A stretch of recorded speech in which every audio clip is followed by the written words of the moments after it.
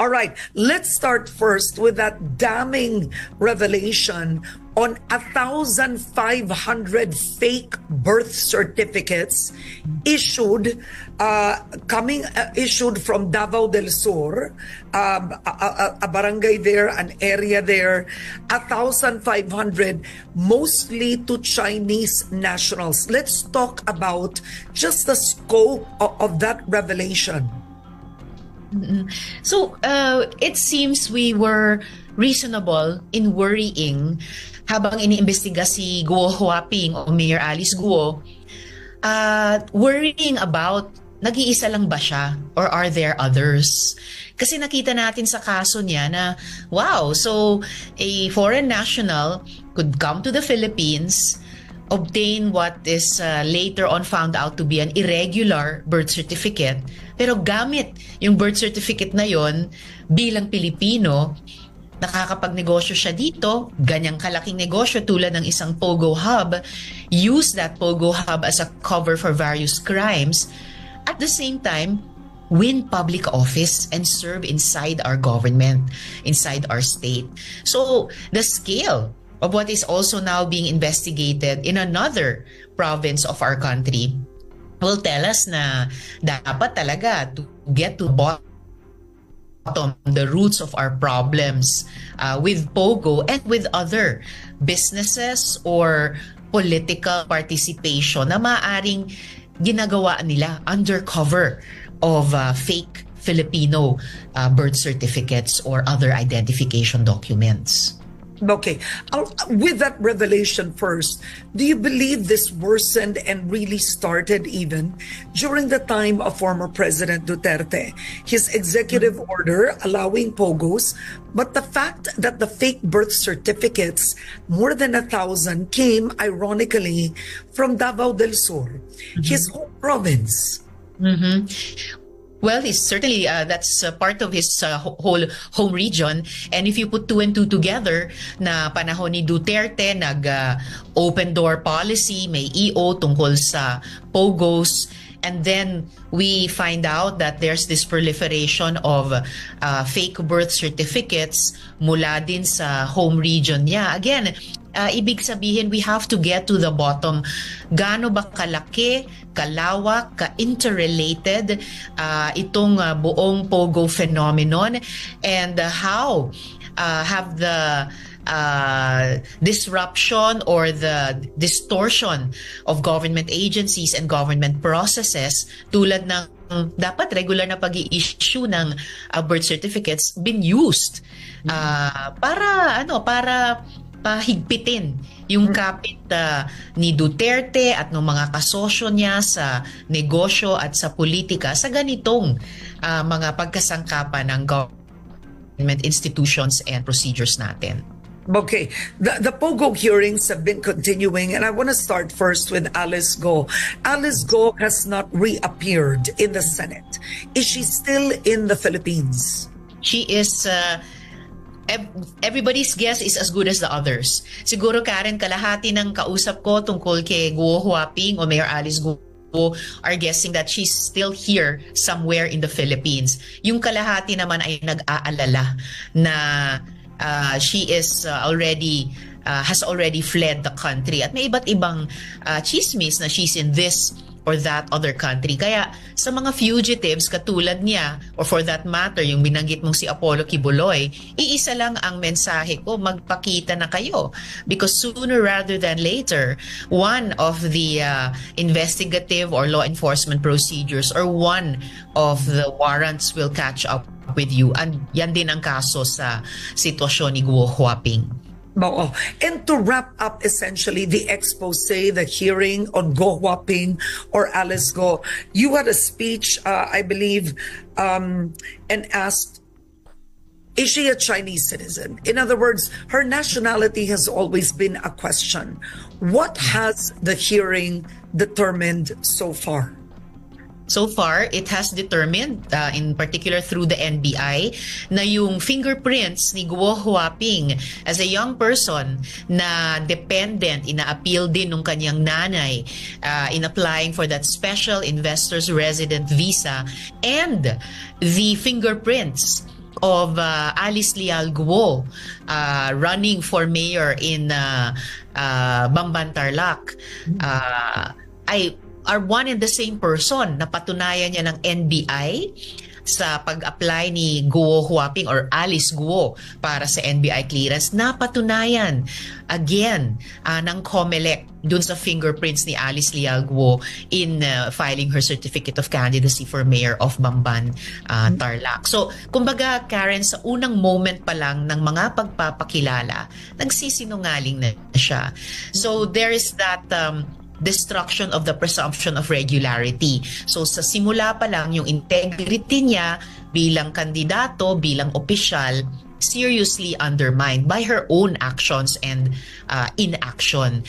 At kaya sumusunod na itong quo warranto case ng Solicitor General's Office sa kanya at pati yung pagkansela ng kanyang irregular birth certificate na hiningi ng Philippine Statistics Authority. So one thing that was proven really is the fact that a foreigner was able to beat the system and ran for public office. She beat the system. She and her cohorts have gamed the system. Red flag ito sa atin that we really have to audit kung gaano ba katamang higpit ang mga government procedures natin, lalo na ng mga nag-i-issue ng mga importanteng dokumento natin. It's not the point to make things difficult for our own citizens, but just to make sure na lahat tayong mga Pilipino, at lalo na kung may mga dayuhan na may masamang balak na gawin dito sa ating bansa, that everybody has to follow the procedures, and only we qualified Filipinos are able to access those documents at yung mga nakakabit na serbisyo at pribilehiyo na nakakabit nga dyan, at yung mga hindi naman Pilipino, mga dayuhan, lalo na kung dayuhang may masamang gagawin dito sa atin, are barred. Are barred from entering and using the system for their own malign interests and against Filipino national interests. Now, has it been determined what exactly is the ownership or the role of Go Huaping or Mayor Alice Go in the Bamban Pogo operations? She has repeatedly denied, right, that she owns a part of the Pogo operations there, and has said she only owned the land and sold it to the company that put up the Pogo operations. Have the hearings revealed through one way or another that she was a beneficiary of the operations? Oh, she is at malapit ng I think ma-close yung kaso dyan on the part, for example, of the Anti-Money Laundering Council. She was definitely a beneficial owner, or is still a beneficial owner of the Zunyuan Pogo operations there in Bamban Tarlac. Hindi lamang na mukhang hindi talaga siya nag-divest ng kanyang interest sa mga kumpanya dyan, including the Pogo company. She was revealed from the get-go pagkatapos ng raid ng PAOK doon sa Pogo Hub sa Bambana. Patuloy siya ang nagbabayad ng mga utilities bills, ng mga sahod ng mga nagtatrabaho dyan sa Pogo Hub. Siya personally? Lumabas po na siya personally ang nagbabayad? Yes. Oo, nakapangalan talaga dun sa mga dokumentong iyon, mga bills, mga resibo.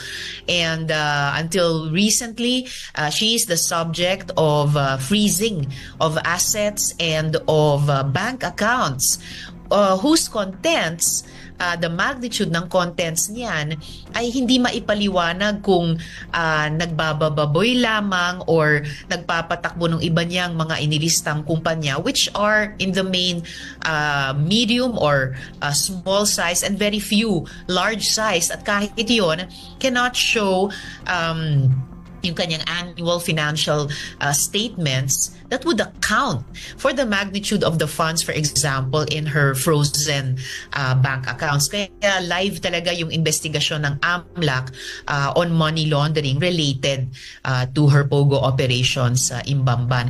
You know, Karen, she may not be the biggest fish in Bamban, but she is definitely a fish in that school, and possibly extending the ocean. Their ocean may not be in Bamban alone kasi may mga kakabit na, may mga connection na ipinapakita pati sa Pogo Hub doon naman sa Porac, Pampanga. Similar cast of characters. Okay, so let's move on to that, no? The Pogo Hub in Porac, Pampanga, and recently you've called Harry Roque to attend the Senate hearings.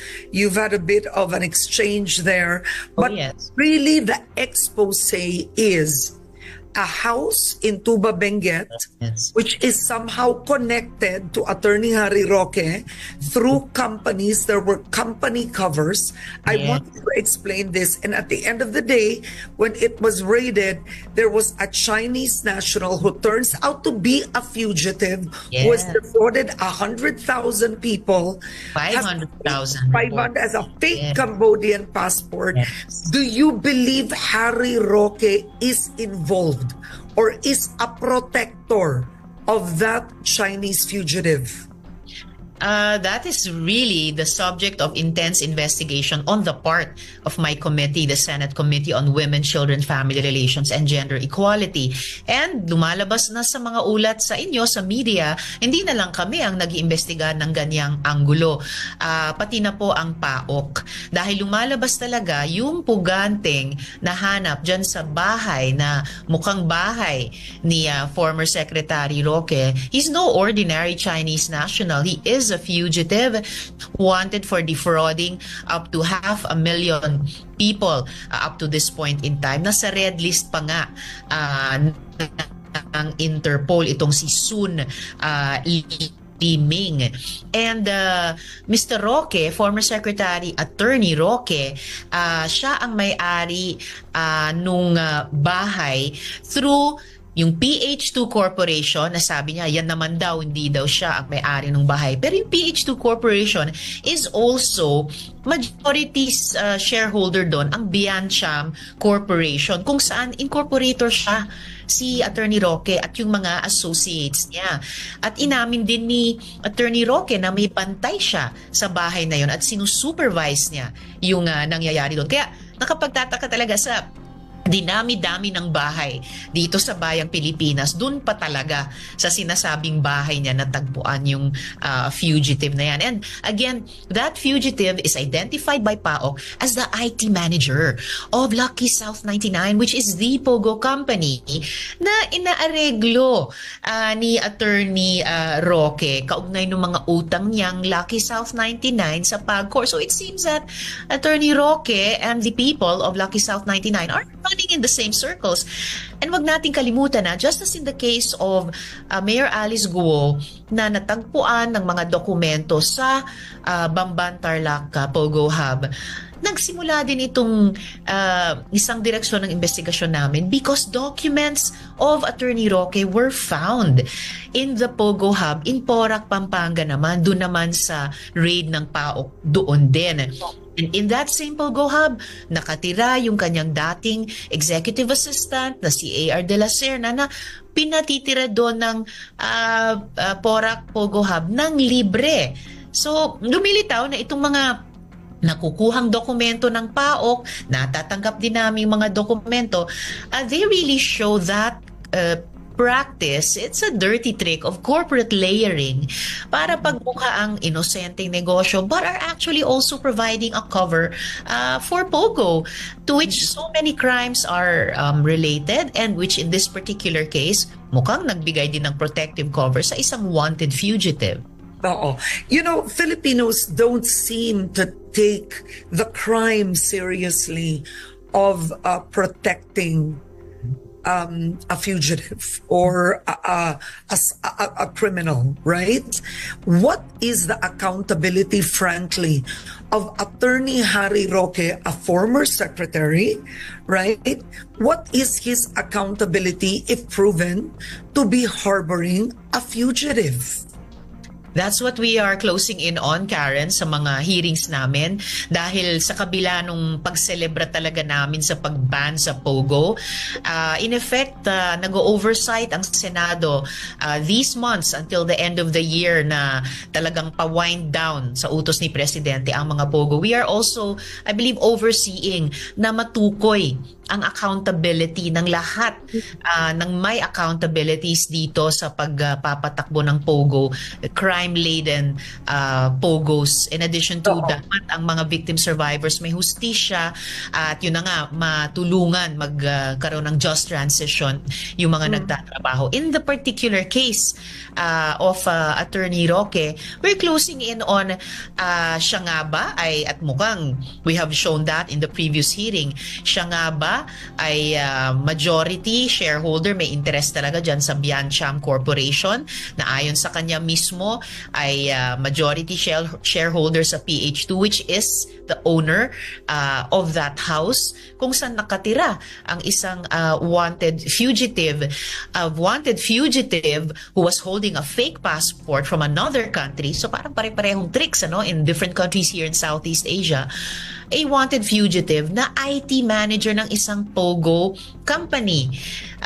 Na that POGO company, Lucky South 99, ay nag-aabogado si Attorney Roque para sa kanya. Meron siyang lawyer-client relationship. Kasi sinamahan niyang si Cassandra Leong sa PAGCOR tungkol sa utang nila sa PAGCOR at nag-follow up siya. So, kumbaga may interest talaga siya dito sa fate ng POGO company na ito on many levels. Okay. And Senator Risa, okay, just very quickly, Attorney Harry Roque has repeatedly said in your hearing he does not own the home, although apparently the locals know that he owns the property because he's been there, the locals have said, but he said he doesn't own the home and he's only had an interest in buying the home. So in the end, who did he say owns the home? He said only that PH2 company owns the home. But PH2 company, ang kanyang majority shareholder ay Biancham Corporation. Na sinabi, na sinabi din ni Harry Roque, Attorney Roque, na inamin niya, shareholder siya doon sa Biancham. In fact, majority shareholder. And in fact, he is in the process of acquiring sole ownership of Biancham. So, connect the dots.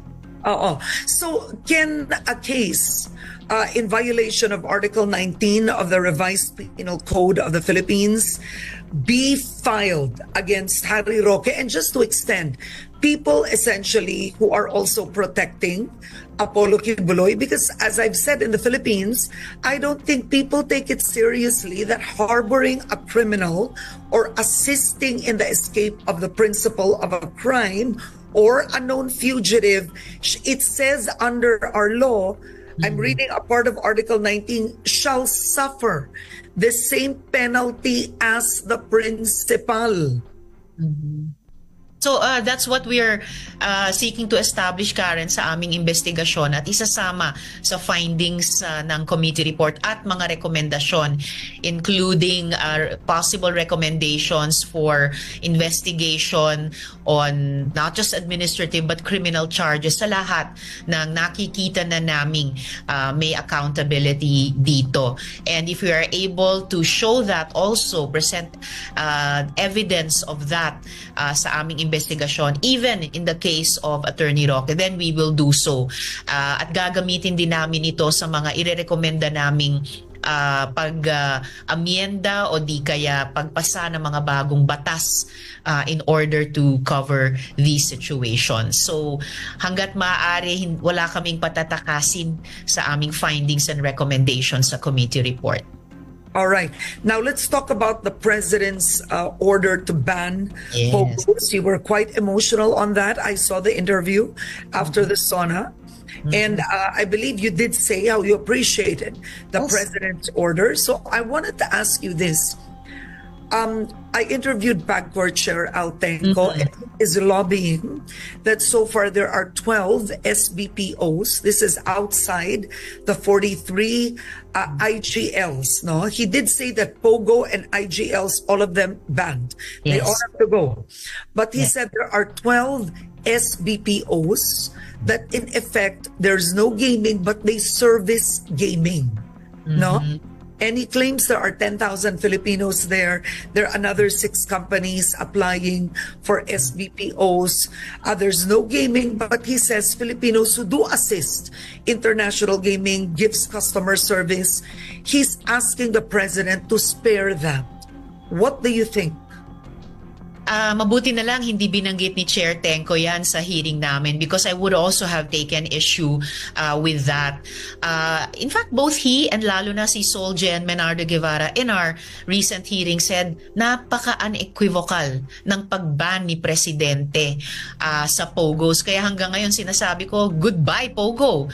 Legal man kayong nagsimula o illegal, malaking tagumpay ito sa bayan, Karen, na binan sila. Effective July 22, ordered to wind down until the end of the year at iniutos nga din yung just transition para sa lahat ng nagtatrabaho doon. So, babantayan namin ng mahigpit. There should be no attempt to reinterpret yung klarong-klarong sinabi ni Presidente. Sabi nga ni Solgen Guevara, walang qualifications. Kaya duwag dapat may mag-lobby ng anumang exemption or exceptions. Pati nga po yung mga special economic zones ay kasama lahat. Yung mga nagkakaroon ng gaming sa loob pero sa visa ng PAGCOR licenses. Oh, in fact, Karen, those PAGCOR licenses are all powerful even now, even in terms of implementing the ban. Kasi wala namang batas para sa POGO. Those were made to operate under a simple policy of Duterte, an EO.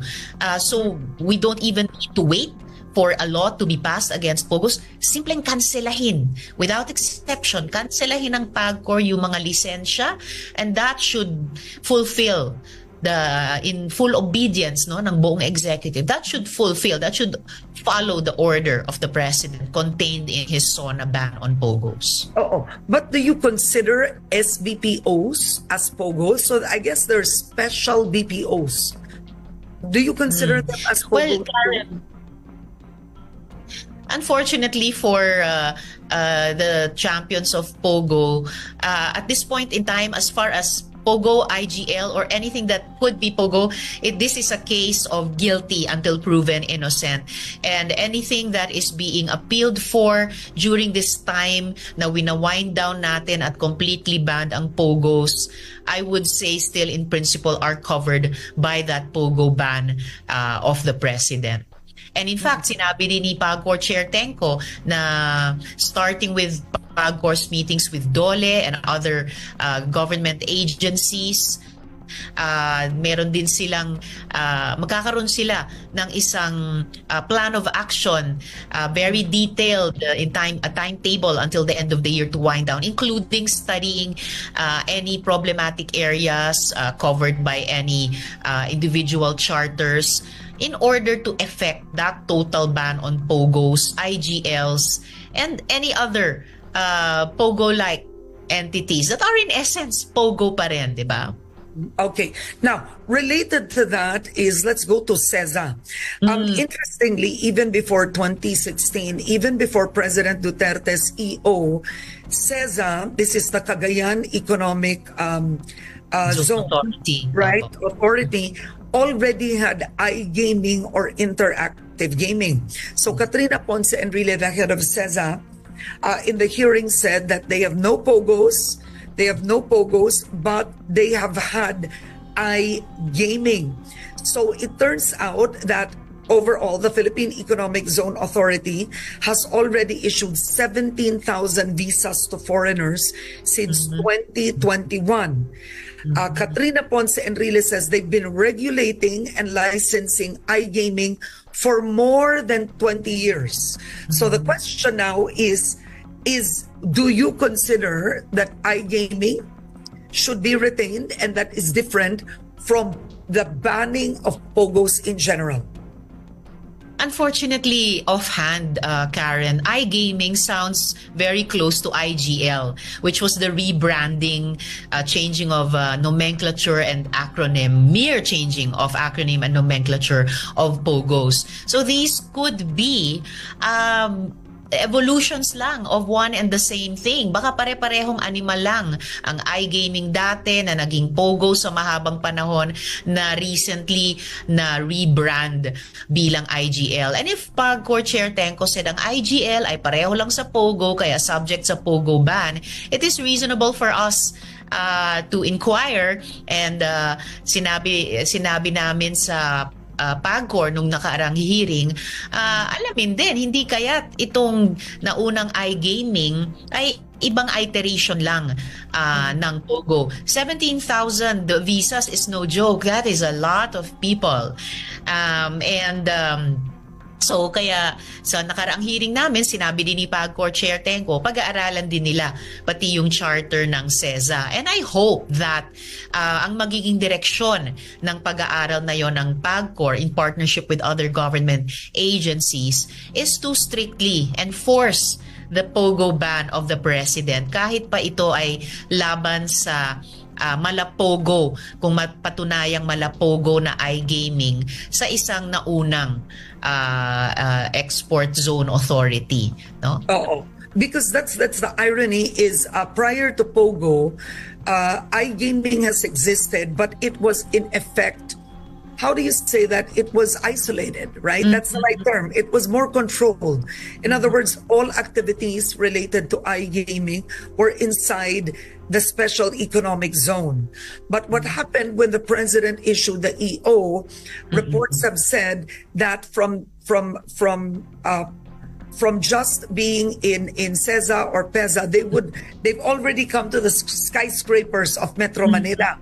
Now, I wanted to ask you, a United Nations document, the United Nations Office on Drugs and Crime, this is a UNDOC document, this 2024, says that CEZA isn't completely faultless, that there is a criminal syndicate that is linked through layers of companies to an online casino, which the group is in CEZA. So my next question is, will there be a deeper investigation on CEZA? But you have Katrina Ponce and really already declaring there is no Pogo in CEZA, and they are against Pogo. The PAGCOR with the other government agencies should take cognizance of that UNODC document. Kasi sa isang naunang hearing din namin, the UNODC resource person said, although hindi pa tayo kasing lala ng Mekong River Delta region countries, binabantayan na rin nila yung nangyayari dito sa Pilipinas. Kumbaga, we are already a cause for concern, a cause of concern for them. Tsaka kasi yung migration ng mga POGOs, hindi lang geographical, Karen. The internet is a whole new country through which they are able to migrate. Kung nung panahon ng mga unang export processing zones or export zone authorities or special economic zones, wala pang internet. At akala siguro ng iba kaya nilang kontrolin. That matter of control is out of their hands because the internet, social media, that is a whole new country na pati yung sistema doon ginigame na ng mga Pogo and Pogo-like entities at ng mga criminal syndicates na talagang nanuot doon. No? So I hope that PAGCOR will study without fear or favor sino-sino pa man ang may association sa kahit alinmang Pogo or Pogo-like entity, enforce, no? In full with full obedience yung ban ni Presidente laban sa lahat ng Pogo o IGL man ang tawag dyan, or kung mapatunayang ang iGaming kasama dyan, lahat ng Pogo o malapogo ban. Oh, and I wanted to ask you, so there's actually, I believe it was explained, no? Chairman Al Tenco explained it, the difference of Pogo, which is offshore, and Pigo. So Pigo, everything local that involves online, it's bingo, etc., and other games that are essentially played by Filipinos. In an ideal world, there should be no gambling, but there is. So I want to ask you, What is the difference for you between Pogo and Pigo? And why should Pigo be more tolerated than Pogo? I haven't thought as much about Pigo kaya hindi ko pa masabi kung dapat ba siyang mas i-tolerate o hindi. Basta't ang klaro sa akin is may tagumpay na tayo dito laban sa Pogo. A policy ban against it ng isang presidente sa State of the Nation address niya. So, kumbaga yung nagbunga na yung 4 na taon nating investigasyon laban sa mga Pogo. Yung mga advocates against gambling in general, they too should appreciate na malaking tagumpay ito at kung itutuloy nila yung advocacy nila laban sa lahat ng klase ng gambling, they will probably use this as a building block or a resource. Pero para sa akin, these months until the end of the year, ang priority talaga, ang urgent talaga ay mapatupad yung ban na yan at masiguro na walang bago o dati ng mga entities that actually fall under the shadow of Pogo na hindi maban, hindi mapatigil ang operation. All right, now let's move on to Pastor Apollo Quiboloy, another fugitive who's been in hiding now for many, many months. Just recently, the Philippine National Police relieved 15 police officers for failing to arrest Apollo Quiboloy. However, the PNP is also criticized by Quiboloy supporters for using what they say is excessive force. What do you think of this allegation? That is an overstatement. I believe nung pinasok ng PNP yung Glory Mountain or yung Kingdom ni Apollo Quiboloy, it was to effect the warrant of arrest. 3 na ang warrants ni Apollo Quiboloy dito lamang sa Pilipinas. 2 mula sa Korte at 1 mula sa Senado. In addition to that, he is the subject of cases in the United States. 4 na kaso din doon na umaandar hanggang sa ngayon, and those will eventually catch up with him, lalo na kung ma-issuehan na rin siya ng warrant sa bisa ng mga kasong iyon. Pag nailagay pa siya, Karen, sa red list ng Interpol, hindi lang iisa o 2 law enforcement agencies ang hahabol sa kanya. And here also on the Philippine side, as far as I know, law enforcement agents are still on the hunt for him. So, just to save us all the trouble, dapat magpakita na lamang siya at sagutin yung mga akusasyon laban sa kanya. The PNP is simply fulfilling their mandate as the primary public order institution in our country. All right, let's talk about the ICC just before we go. Nobody's seen the document formally yet, but former Senator Antonio Trillanes says that former President Duterte, Senator Bato de la Rosa, former PNP Chief Oscar Albayalde, I believe 2 or 3 others are in the list as suspects, or is it called Blue Notice? I'm trying to remember, okay, but they're in effect in the list as suspects related to the investigation on the drug war. The Solicitor General says he hasn't gotten the document but has received the same information. Your thoughts on this?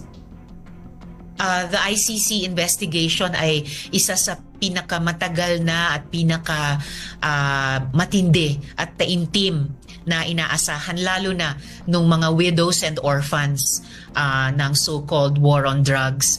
Napaka-importanting proseso na mapanagot si Duterte sa sinasabing hanggang tens of thousands na extrajudicial killings. And this administration has had a colored or flip-flopping position on the ICC. Nung simula, sinabing hindi pa dadaanin, pero sinabi pagkatapos nun pinag-aaralan kung babalik na tayo sa active participation sa International Criminal Court at pag-uphold ng Rome Statute. So paiba-iba, pero nitong huli, mukhang nagiging mas consistent yung mga small signals, but signals nonetheless, simula sa DOJ noon na not out of compliance but out of courtesy and out of committee, pag may hininging dokumento sa kanila, ibibigay nila. Hanggang dito nga sa pinaka-recent na sinabi ng Solgen na bagamat hindi active na tutulong, papayagan kung ke-questionin ng ICC yung mga iniimbestiga nila. So this is a very long, very difficult, painful process, but painful mostly for the bereaved families of the EJK victims.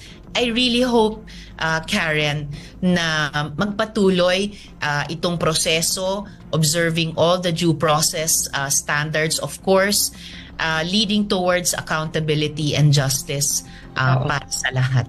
Okay, my last question on the ICC issue is, you've said that this administration has flip-flopped. Do you see this administration as using the ICC issue as a political means, given that the Dutertes are their biggest opponent in the upcoming elections? When there was Uniteam, the president has stood and said that we will not cooperate with the ICC, and you have pundits saying now that the Uniteam has broken. You have the administration saying this. We don't believe in the ICC's jurisdiction, but frankly, we can't help it if they're here investigating, etc. It's a completely different tune. What are your thoughts? Is this administration sincere in seeking out justice for the victims, putting Duterte really to face trial, or is it really just a political means to an end? I think itong issue ng ICC, bagamat it's one of the most important issues on which the former Uniteam is singing different tunes, way beyond politics na ito, Karen, kahit para sa administration, tingin ko. Kasi sila rin, they had their own doubts and deep discomforts about it. Kaya nga, naging paiba-iba yung position at statements nila from the start until more recently. Pero palagay ko, kahit yung administrasyon, nakikita niya na wala siyang kawala eh. Kung gusto niyang ibalik sa mas maayos na pagtingin ng mundo sa buong bansa natin, hindi lang sa sarili nila, sa administrasyon, they have to show, just as in the West Philippine Sea, dito rin sa ICC, yung pag-comply natin sa mga international standards, whether of rule of law at sea o sa usapin ng international law. So I think wala silang kawala dyan, and sa ayon man nila o sa hindi, whether or not issue ito on which banggaan talaga sila ng mga Duterte, I suppose it is inevitable, with or without, but better with the cooperation of the administration, palapit talaga tayo sa full-blown process ng ICC dito sa Pilipinas. Okay. My last question on this is more personal. I think in social media, you've been getting a lot of congratulations, essentially, for the work that you have done investigating Pogos. Actually, the Alice Go discovery was accidental, right? In the hearing, when you were investigating Pogos, that's the irony.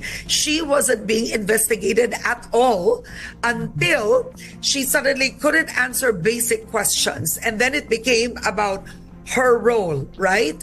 So I think overall, is the president heard you, the clamor of the people, also there's Senator Sherwin Gatchalian's work. In the lower house also, you have anti-Pogo advocates, but clearly the work that you have done nonstop, and considering you did have a lot of support from your other colleagues in the beginning, but you did it regardless of whether or not your colleagues supported you. I think overall it's just important to put this out here. What are your thoughts in terms of being a public servant, a senator, because this is a big victory for someone like yourself who's been doing the work, right? Sometimes there's no recognition, there's no effect, but other times in moments like this, the victory just smells so sweet on your end. And I think maraming marami tayo, Karen, na inaamoy yung sweet scent of victory na yan. Kasi talagang hindi lang kami na nasa SONA noon nung binani Presidente ang Pogo ang pumalakpak, nag-standing ovation. I felt marami sa kabayan natin din. Oo. So it's a great vindication for the Senate, yung mga anti-Pogo counterparts din namin sa House. Some of them 4 years ago, they already filed a bill or a resolution against Pogos. Nitong huli, meron din silang investigasyon sa Pogos at may na-establish kahit kay Attorney Roque. Ito ay higit sa lahat tagumpay ng lahat ng mga matatapang na victim survivors at whistleblowers at witnesses, no, na who staked a lot, some of them even their lives, to tell the truth against Pogos. Tagumpay din ito ng mga government agencies na over the years mas tumulong na sa amin, yung IACAT ng DOJ, yung NBI, yung AMLAC, at marami pang iba. So it's a great vindication for the Senate. It's a vindication for the Senate Committee on Women. 4 na taon ng sama-samang pagtatrabaho has really borne fruit. It shows that investigations in aid of legislation can shine the light, the inescapable light on those who should be held to account. It highlights yung mga victim survivors who deserve a measure of justice. It instructs us na mga legislators ano dapat ang mga ina-amend or i-repeal or bagong batas na dapat likhain. So masaya talaga ako, hanggang ngayon hindi pa nabawasan yung saya at ginhawa na dulot nitong pagban sa Pogos. All right. Well, congratulations to you too.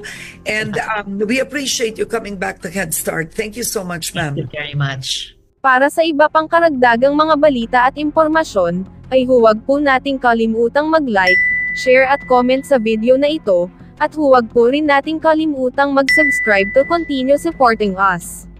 Maraming salamat po sa inyong panonood, at naway tangkilikin po ninyo ang aming YouTube channel.